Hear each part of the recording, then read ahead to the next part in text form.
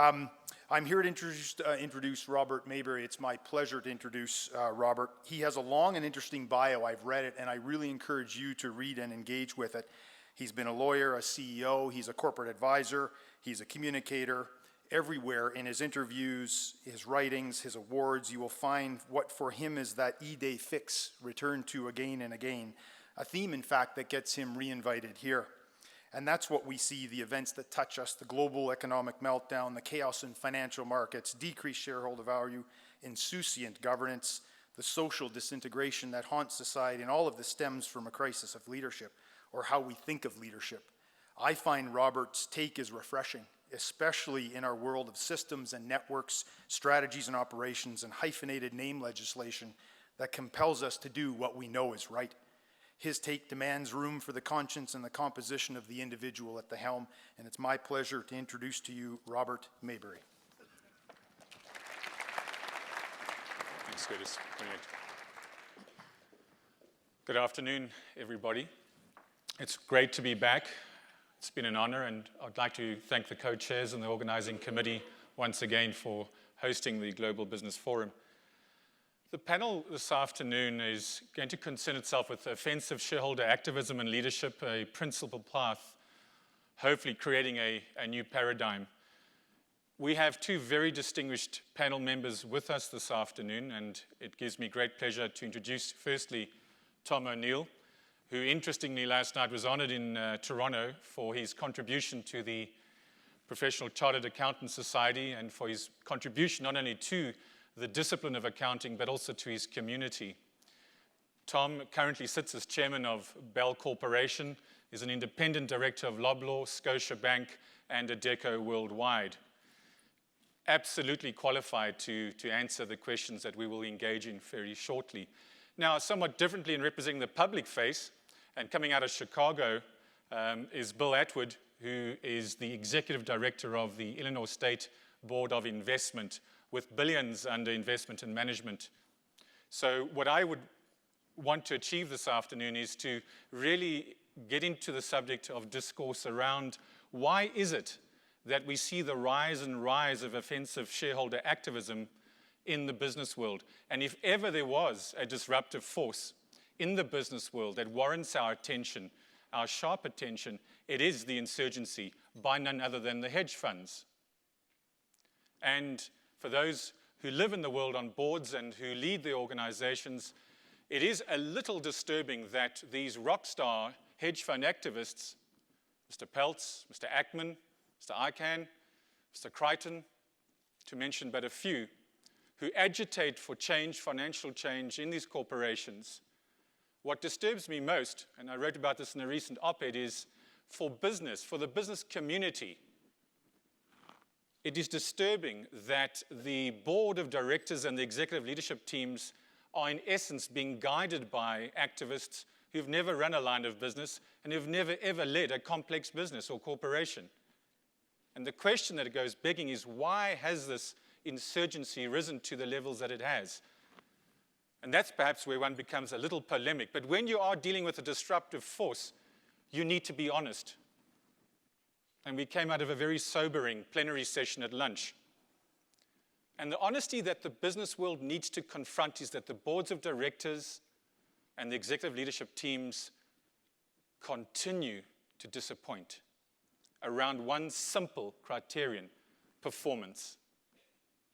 Now, I have enormous empathy for those corporations who are well directed, who are exceptionally well led by the CEO and his or her leadership team, who have to put up with nuisance value by activist hedge funds who couldn't even organize a drink in a brewery. And if you're asked to ask me and push me, give me an example here, perhaps closer to home, I think Jaina Partners and Agrium was an absolute fallacy. And it's an example of what I've just alluded to. On the other hand, if the board and the executive leadership team are going to remain somnambulant at the wheel, then you do get a Canadian Pacific Railway situation. And I was asked very recently why Mr. Ackman, who had such great success at CPR and yet at J.C. Penney, hasn't found a penny. Just written off $500 million. And it's simply this, in my humble opinion, is that the success at CPR created an expectation that all you had to do is find a calibered CEO, find the value that was hidden or not so hidden on the balance sheet, and Bob's your uncle. Now, J.C. Penney was going and always was going to take 5 years to transform. And that's in where I think Bill and his colleagues got it wrong.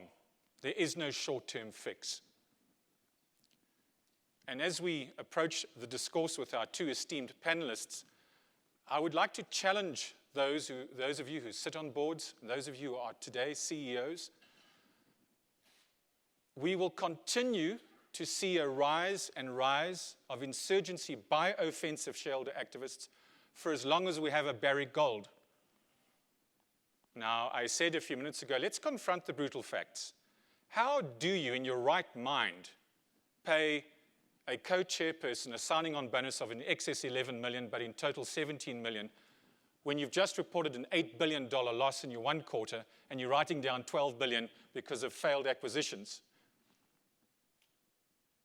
You can't use the excuse, we heard about excuses in the plenary session, that gold is under pressure, commodity cycles are going south, and there's pressure from all angles. That is just stupidity.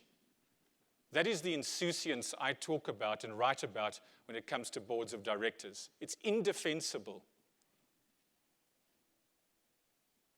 So is it indefensible of JP Morgan Chase. Jamie Dimon absolutely redefines hubris. He's a colossus of a man, but you can't dictate to your board. So that whole discussion around power has to be arrested.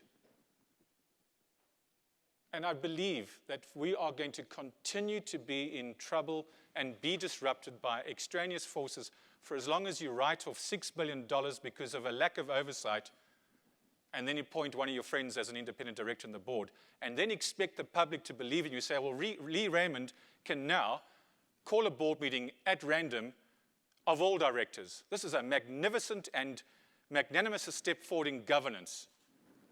How pathetic.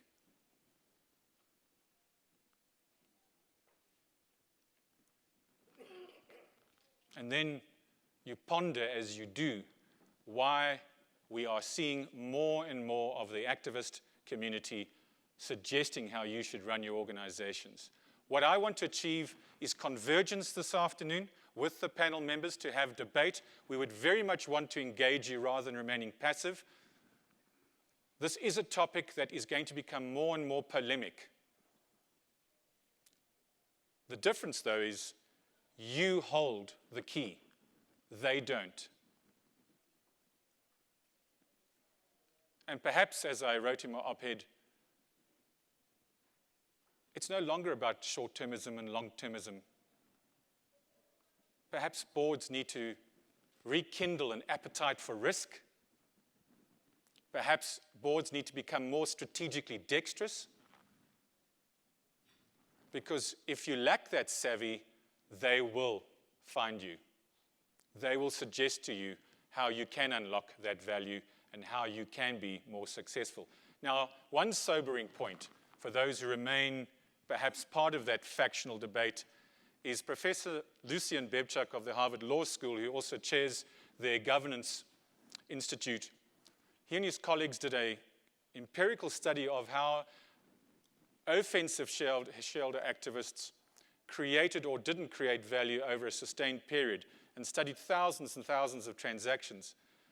And the number of the thesis was that they do create long-term value sustained over a period of time.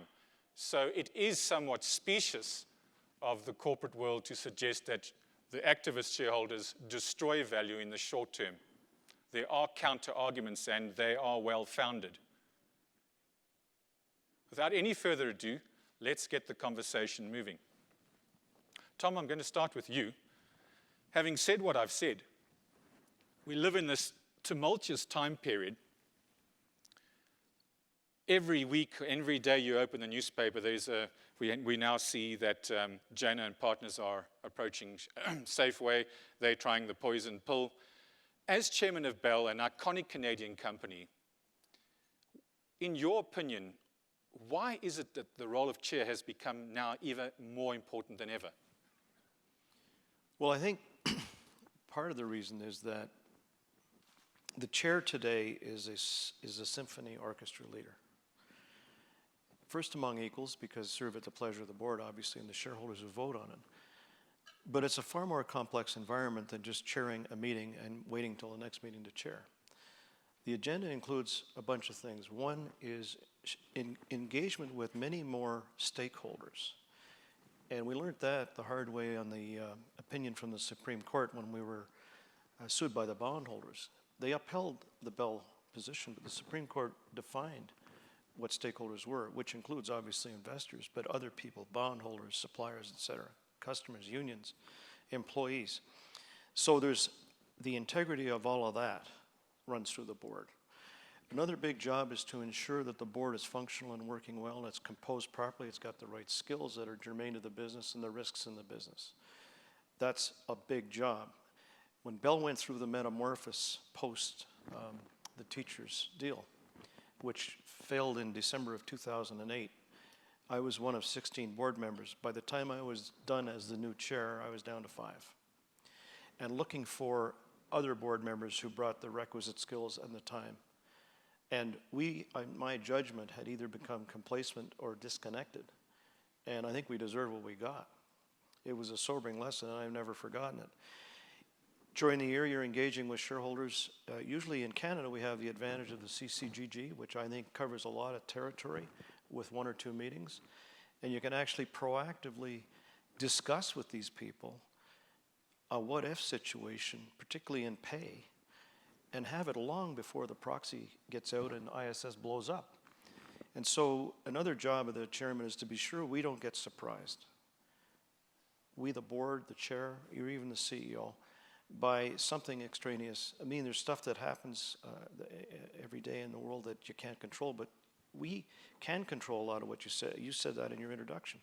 And if we are proactive at the chair level and at the board level on a lot of these matters, we will not get surprised.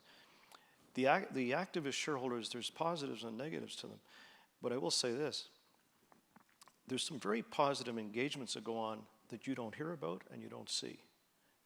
And that's where the real stuff gets dealt with, if there's issues. If it becomes public, you know, a hostile takeover or whatever, that's when all the dirty laundry comes out, and we've had some examples of that over the last couple of years, particularly in this area. And you want to prevent that. It's bad for the company, it's bad for the employees, et cetera. If you're in a financial institution, the chair and the chair of the audit committee have huge responsibilities to the regulator, which is chewing up time in Canada, and I'm sure in your country as well, with the various things that went on, not even mentioning Dodd-Frank. So I think that the chair's role today compared to 10 years ago is totally different. It's not a full-time job, but it's full-time attention to what's going on around you and making sure you're covering those important things to the corporation. Thanks, Tom. Bill, and by way of background, Professor Bebchuk's initiative, the Shareholder Rights Project, has had its key objective as its genesis point to bring about change around the classification of boards and to declassify. And they've had enormous success. Over 70 of America's top corporates have agreed to declassify their boards. And why that is important, in my view, is, and I'll be interested to hear Bill's comments shortly and Tom's, is why should we allow incompetent anodyne directors to survive on boards for 3 years on a staggered basis? And where Bebchuk and his study and the Shareholder Rights Project is coming from is arguing that directors should be up for a vote every year, and if that vote is positive and reaffirmed and reappointed on the board, it's based on one criterion only, and that's performance. Bill, I know Lucien came to you and your organization encouraging you to participate, but what was that threshold point that you said, fine, we'll participate on the behalf of our constituents?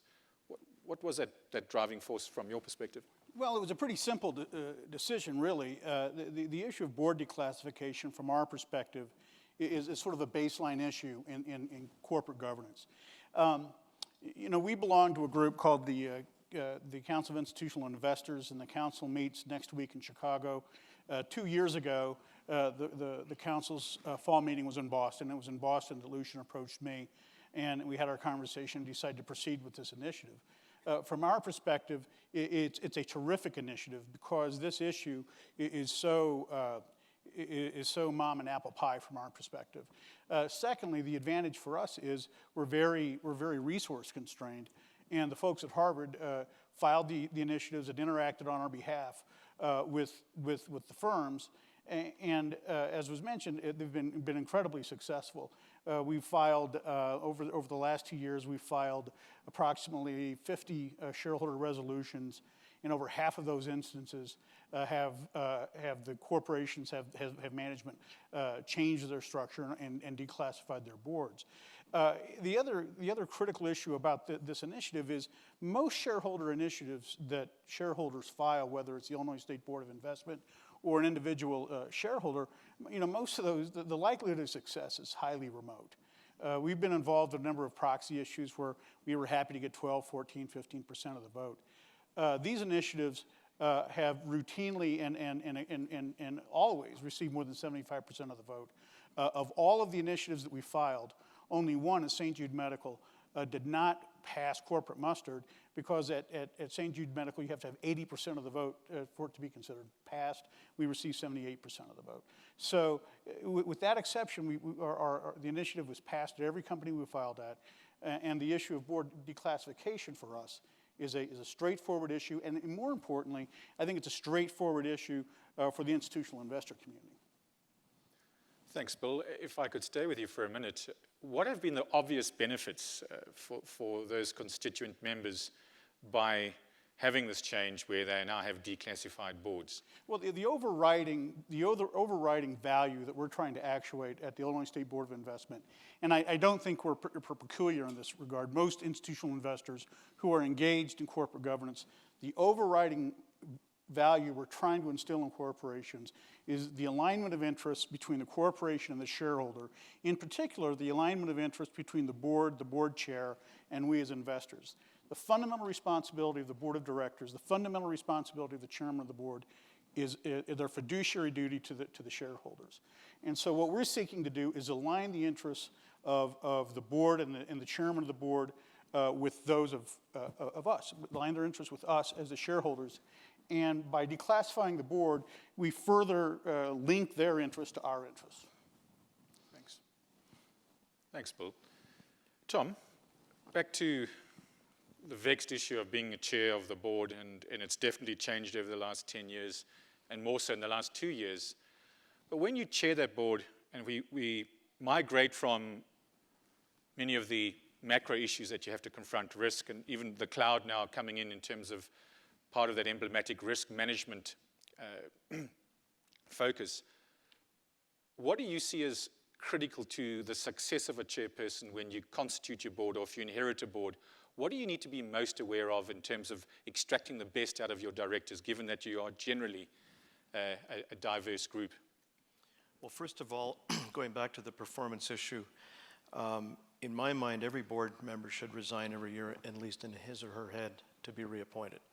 And if we have an underperforming board member, then you have to deal with it as the chair. And there's no question about that. I think every dog's allowed one bite. You have a chat, and if it doesn't improve, you're gone. And that was tough work at Bell, and unfortunately, I don't get a lot of Christmas cards, but the company is far better off. The second point I would make is with respect to the abilities. I found myself as a rookie at Bell, and I looked around the board, and including the CEO, none of us had any telco experience, which was absolutely mind-boggling. None of us had any technology experience. None of us would have known Spectrum from a car. So my first job was to find these people. I had a team to help. My governance chair, Bob Brown, was excellent at this. And so it was to get a complement of people who can work together and cover off the major items that are underneath the business. So that would be on the competence side.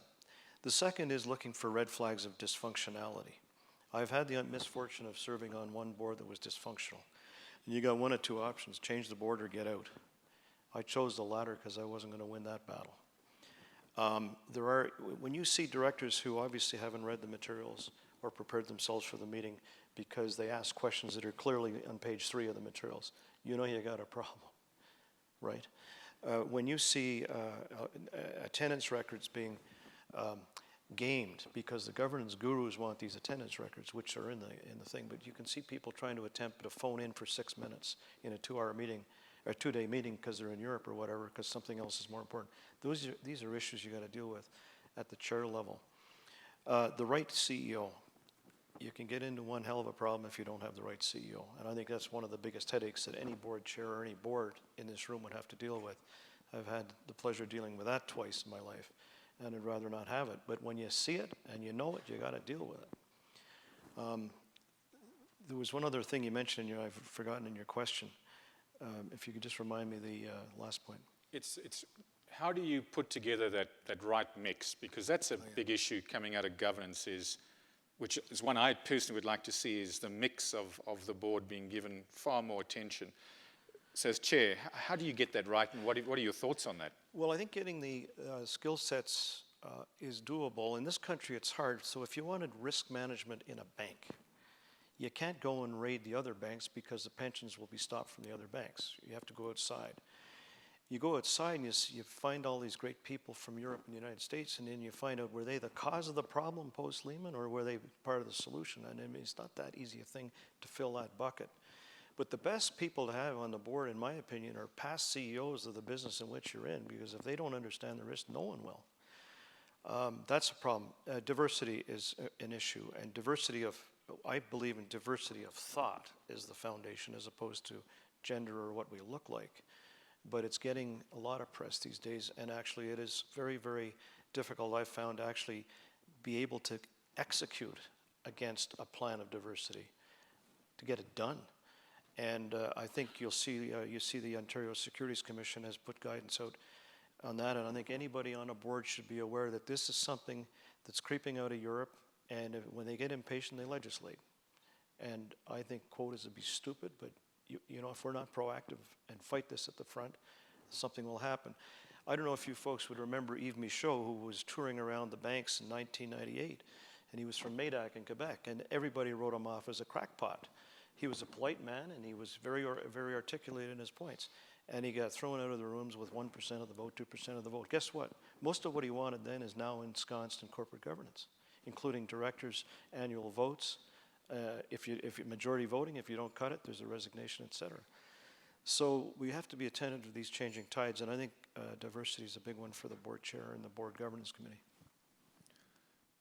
Tom, a point that I feel isn't really appreciated by directors and those who seek to be appointed to boards and to chair. In this country, we've seen the SNC-Lavalin debacle, and so back to the central question of an issue of being a chair of the board is things can go wrong. Yep. And so I'd like to spend some time on this. How, as chairpersons, because this brings back the relationship with the management and the leadership team, is when things go so wrong as they did with SNC-Lavalin, how do you as chairperson try and prevent that from occurring? That starts with the tone at the top, and which is the overarching culture and ethics of the company and the board and the management of the business, and then flows down through the control systems. Now, you have some red flags in SNC-Lavalin. I've never worked there, so I'm just looking at it from the outside in. The first, it's in a business called construction in Quebec. That's a red flag. The second, they're all over the place. And if you look at the corruption indices that are available publicly or in The Economist or whatever, where they're doing their projects is a red flag. So if you have a company that's devolved in these territories with mega projects, I would hope that there was more red flags there than there would have been if you were running a single, within a single, like the Loblaw company selling groceries to people. That's a daily exercise. Our worst fear is food safety, obviously, but there's immediate feedback, right? It's very, very hard to get into that kind of a mess in that kind of an environment. We have our red flags and we have our issues, but it's not about construction. It's not about being all over the world. So I don't know what happened there. I'm sure I saw an article by Gwen Morgan and a rebuttal by Gar Emerson, and they were on two sides of the argument. I have no idea what went on, but I know one thing: the shareholders have suffered, and that company will suffer, and Canada has suffered reputationally. It was in the paper the other day. They're viewed as one of the most corrupt companies in the world by the World Bank and by one of the Asian development banks. Which, back to the plenary session conversation with Frank, his reputation is everything. And here, because one can only draw the logical conclusion, an insouciant board, a clueless board, perhaps a spineless board. And that comes back to the central issue of being chairperson. You've had to do it at Bell. You have to take tough decisions. You have to let certain people go. So back to our panel member, Bill Atwood, is declassification of boards, is that certainly enables you to take, from a regulatory perspective, the right steps where you have a group of directors who are asleep at the switch. So Bill, given the success of declassifying boards, in your opinion, what next two agenda items should Bebchuk and his shareholder rights project have on the agenda? Well, that's a very good question, and certainly one of the issues that's out there and has our attention is the issue of board diversity. And it's like you said, the issue about diversity is as much about having sort of a common, a redundant perhaps worldview and a redundant intellectual approach as opposed to a more diverse intellectual approach. But I think from what I would like them to address and what we'll be addressing, first off, we still have a problem in the United States that I don't think is problematic in Canada and certainly not as problematic in Europe, and that's the combined chair and CEO. In the United States, over half of large cap companies still have a combined chair and CEO, and in the financial services industry, that number's I think that's even higher. You alluded to Jamie Dimon at J.P. Morgan Chase in your remarks, and he's kind of a very good example of the limits of that structure. So at the Illinois State Board of Investment, we would encourage Lucian to work with our portfolio companies and seek to separate the chairman and CEO function. We engage with that with Bank of America, and we're very successful with that. And I think that's worked out well for everybody. The other issue that, again, is peculiar to the United States is the issue of a transparent policy, the transmission of a transparent policy regarding political contributions and political participation. In Citizens United decision at the Supreme Court allowed domestic corporations to participate politically, which is sort of a real game changer in America. And so we would encourage, and we are encouraging portfolio companies, if they choose to do that, to have a discrete policy in place as to how they're going to make those decisions, and then to publicly disclose which of those contributions were made. But clearly, from my perspective, the separation of chair and CEO would be front and center. I would concur, and I certainly hope that gets some legs sooner rather than later. Because back to J.P. Morgan Chase, he's holding the organization hostage.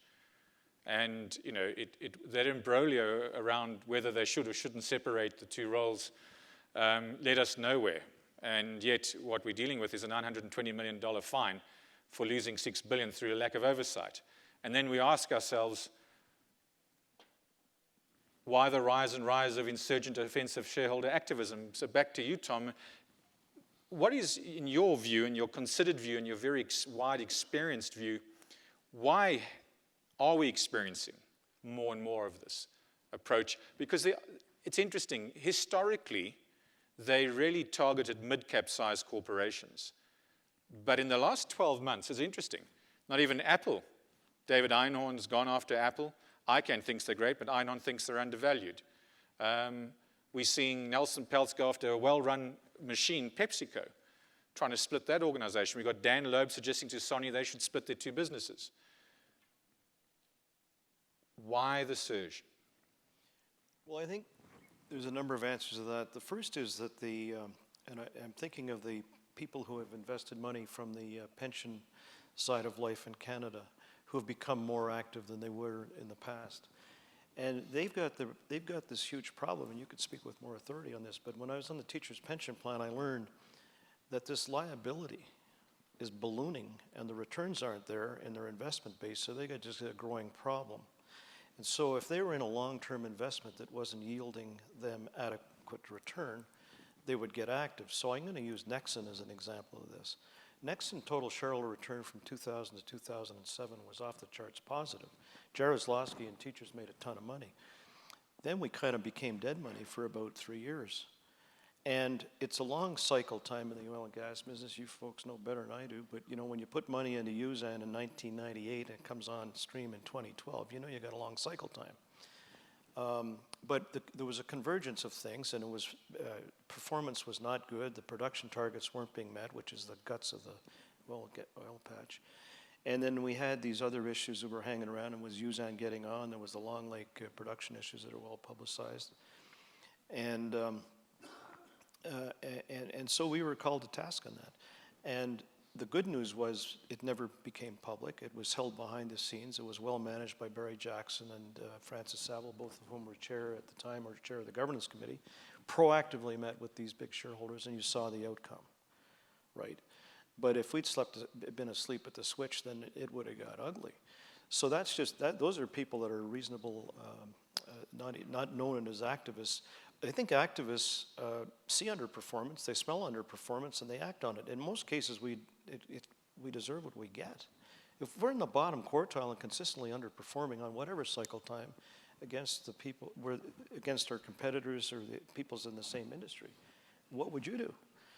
So it goes back to my point earlier, is you got to be proactive. If you know you're in trouble, and the trouble at Bell was I'm not sure we knew we were in trouble. That was the issue. Go back to your point, we were asleep at the switch. That was a really good lesson for me to never be caught again of not knowing when you're not in trouble. The second point, you said that the board was asleep at Morgan. There was an assertion that they weren't getting the right information. It was in the paper today. I don't know what the investigation will show. The question you have to ask as directors, is that an excuse?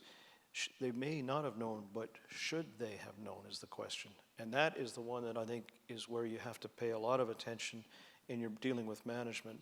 The more you sniff around and talk to people at management levels below the CEO, the more I think you'll gain comfort or discomfort, depending on who you're talking about with, as to what is really going on in the business. I'll bet you the Morgan board never met the whale, or it was maybe even never in London, which to me is an issue.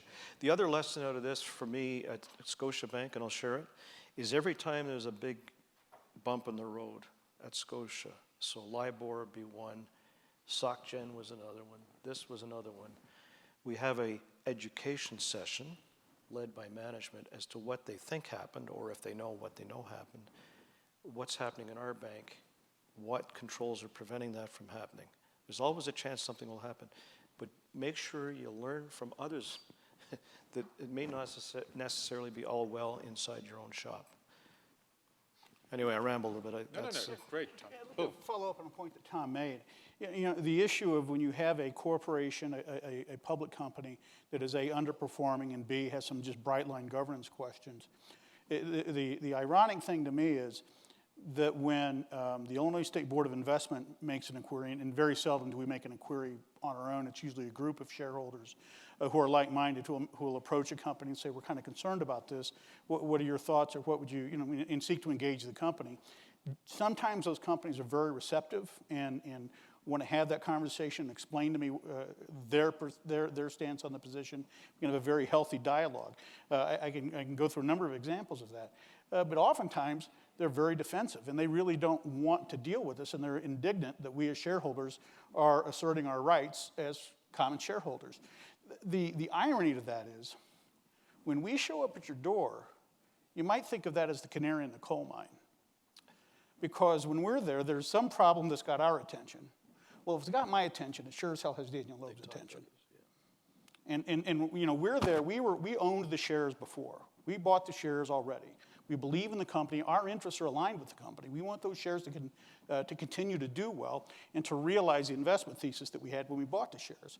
And so our interests are aligned. We're the good cop. But if the problem that persists and the underperformance persists, inevitably the bad cop will show up. And that really gets back to the issue of the hedge funds. The other thing in your community, I think, or the activist community, going back to the canary in the coal mine, if there's a lot of gasoline spilled around in this midst, all it needs is one match and you're in trouble, right? Yeah. And we've seen that. So it leads me to a question, Bill, for you is, having said what you've said, what do leadership teams, so we're really now considering ourselves as more the defensive shareholder activists who are generally tamer and more broad-based in their inquiry. So the institutional pension funds, mutual funds, what do you want to see change in terms of how corporate leadership teams and boards engage with you? The first issue is this alignment of interests.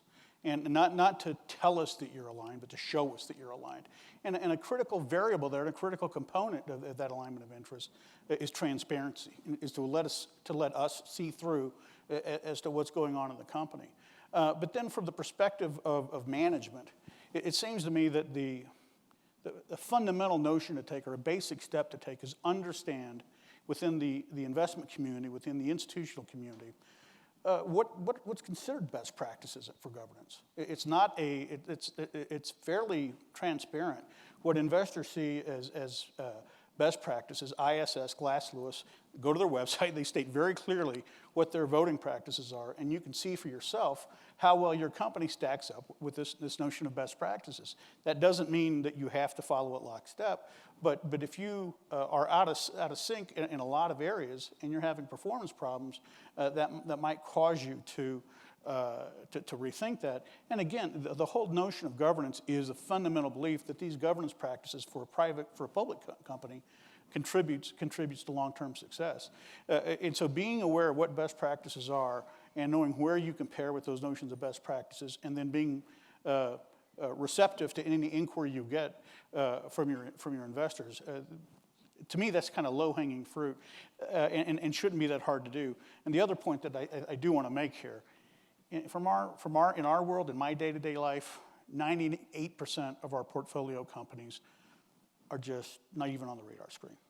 I mean, they're just, most companies are doing a fine job and are operating in a manner that we see consistent with best practices, aren't going to get our attention, aren't going to get us to, so it ought to be manageable to stay in that part of the curve. The checklists you refer to in Canada are available on the CCGG website on good governance, what are high-performing boards, and say on pay. That's all available. And our practice is to go through those annually, maybe after the annual meeting and before the next cycle, and engage with the people who are interested, mainly CCG and the large institutional shareholders. I'll give you an example, though. Another thing you should consider, if you're chair at least, is engaging with the ISS, if you can, ISS or Glass Lewis. And I did it last year because I had a relationship build up over time. And what had happened was they had noted in one of their votes they wanted to vote no, and it was about diversity. And it was on a Vancouver company's in the proxy question. And the comparison in our proxy was, in the draft comments, was that Rogers had 4 women and we only had 2, therefore vote against. So I phoned them to point out that the reason Rogers had 4 is that 3 of them are family. And they changed their mind. I mean, but what scares me is how to get in there in the first place. These are just college MBAs checking off boxes, unfortunately. Isn't that central to the problem? It shouldn't be a brain-numbing exercise. It has to be more commercially savvy, which I want to ask both of you the same question in the sense is, we've seen time and time again at JCPenney, we've seen it at Procter & Gamble. P&G would be regarded as an iconic American company, global brand, and yet they couldn't get the Laffey to McDonald succession right. Now, clinically, that is one of the most, if not the most important role of a board, is CEO succession outside of strategy. And to my point is, 2013, surely by now, the stupidity and absolute egregious dereliction by boards needs to cease. So the question is thus, what differences do we need to see when we appoint directors onto a board, which back to the chair role, essentially, Tom, but what do you, in your both gentlemen's view, is what are the characteristics that we need to see of directors that differs from what we're experiencing today? Well, there's horizontal characteristics of character and integrity and professionalism and all of that, which attribute to any director. And then you have the verticals where you're looking for the functional skills.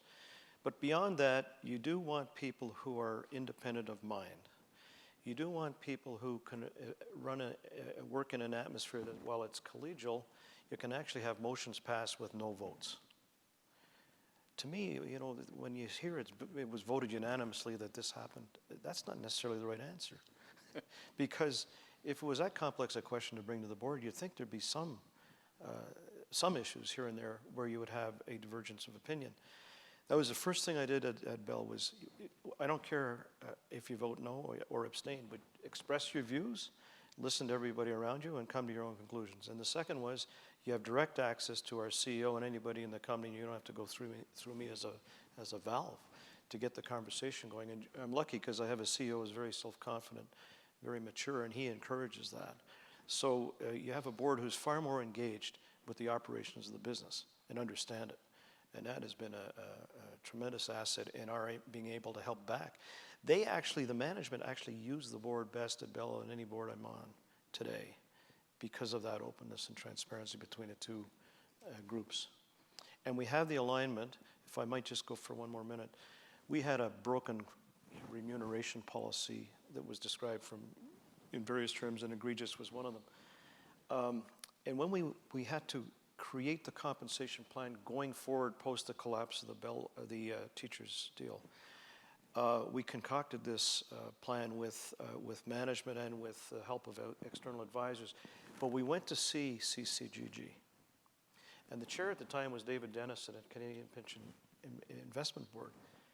And David says, I've never seen anything like this before. And I said, you're right, because our research says it's unique. And the plan, the direct drive for the performance share units at Bell is very simple.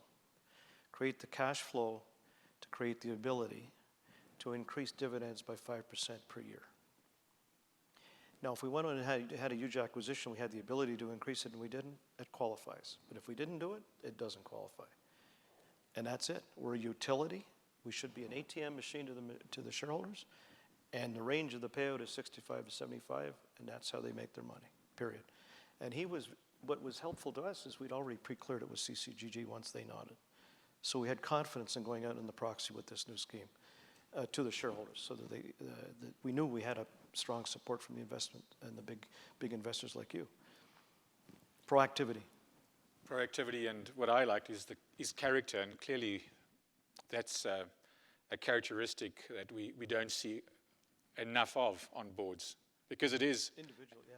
It's a difficult role. It should be, many of those conversations between the leadership team and the board should be an uncomfortable and difficult conversation. And far too often, in my experience as an external advisor, it's too comfortable.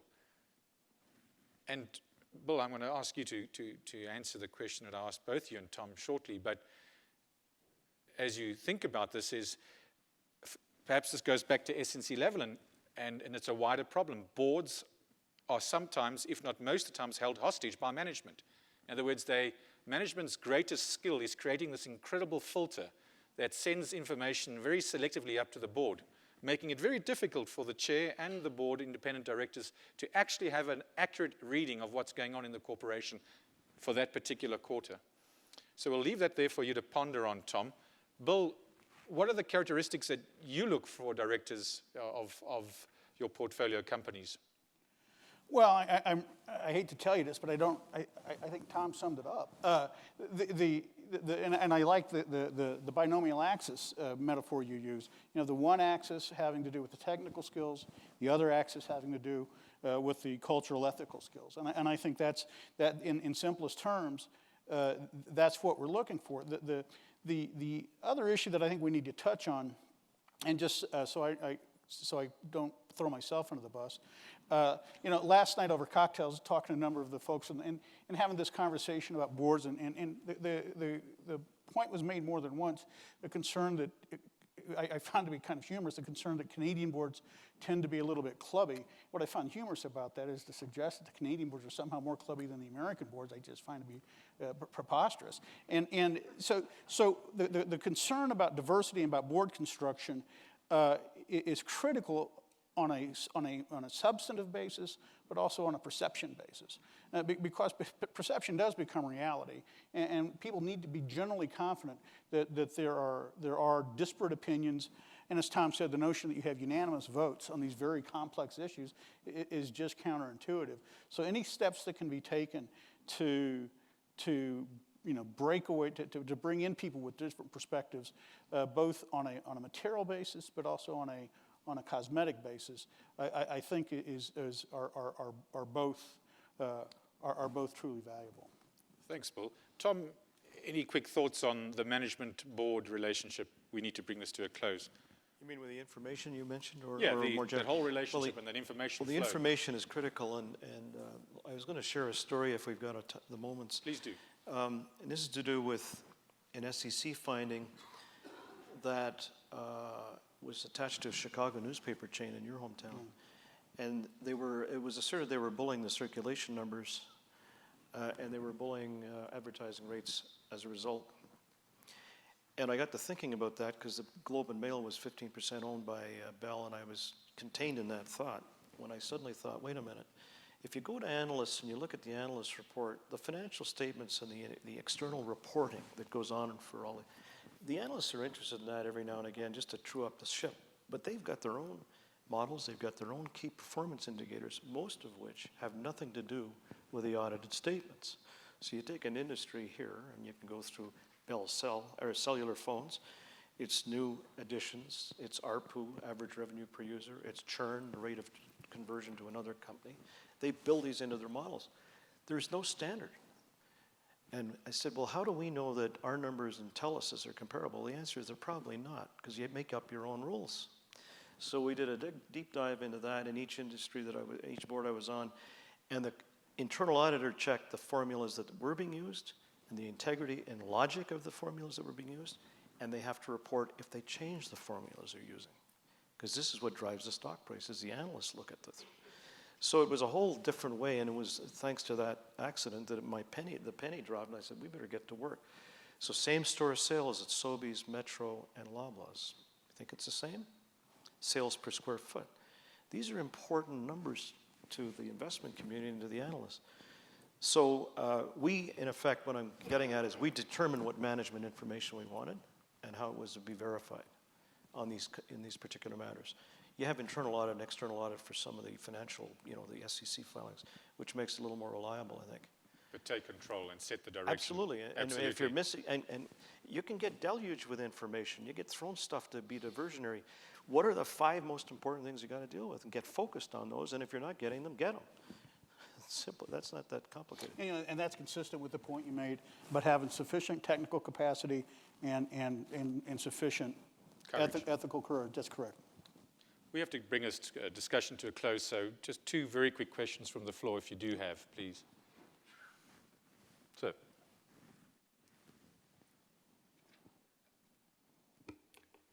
Thanks. It's James Morton from Jaroslawski, and thank you very much for the somewhat of a plug, Tom, on the Nexon thing.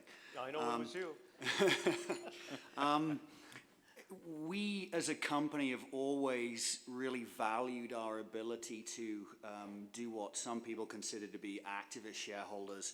We more consider it to be our responsibility as stewards of our clients' money and as them as shareholders. Where do you feel that you draw the line between a money manager or a shareholder doing its job versus activism? For me personally, when I think of an activist investor, I'm thinking of a hedge fund whose primary investment thesis and the value. We invest in those guys, by the way, don't we? And their investment thesis is we're going to identify these companies whose value is impeded by failed governance. And that's their investment thesis. And then they're structured like a hedge fund. And we're expecting to get 20 or 25% annualized from those guys. So they're under plenty of pressure from us. So that's the distinction that I make. I wouldn't add to that. I agree with that. Thank you. Any other questions? We've got time for one more. Lois has said no. So I'd like to thank Tom and Bill, our panel guests, very much for the contribution. Thank you.